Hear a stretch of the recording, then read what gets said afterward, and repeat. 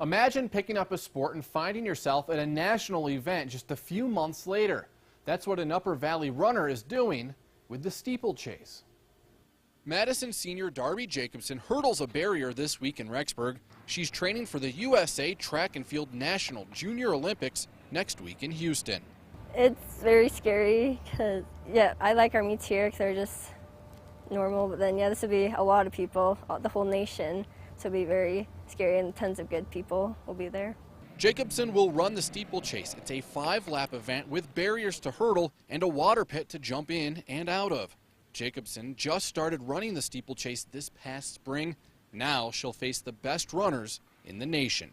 First time she ever ran the steeplechase, her time was good enough for about 13th, I think we figured, or 12, top 12 in the nation from last year's times. And we know in lower altitude, we know for a fact she can run a lot faster. We think she could be top 10. Madison coach Dave Burton helped Jacobson parlay her distance running in cross country with her hurdle experience in track and field for this particular event. She is an extremely good hurdler, and she's an extremely good distance runner. You put those two together, and you're going to be a good steeplechaser. With the skill set in place, Jacobson now has to battle Mother Nature. Yeah, because Houston will be really hot, so to practice in the heat as much as I can here would be good, and it'll help me so it's not that much of a shock when I get there. And as you get tired, it gets harder and harder, getting over the barrier into the water. It's very challenging. You have to have a lot of guts. She tells Sportsline she just wants to have fun no matter the outcome in Texas.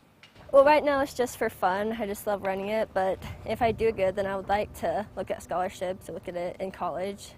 Before she begins her senior year, there's a water pit in Texas waiting for her.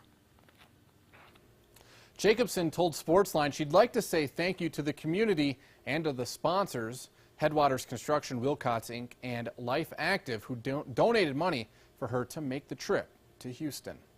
Now the most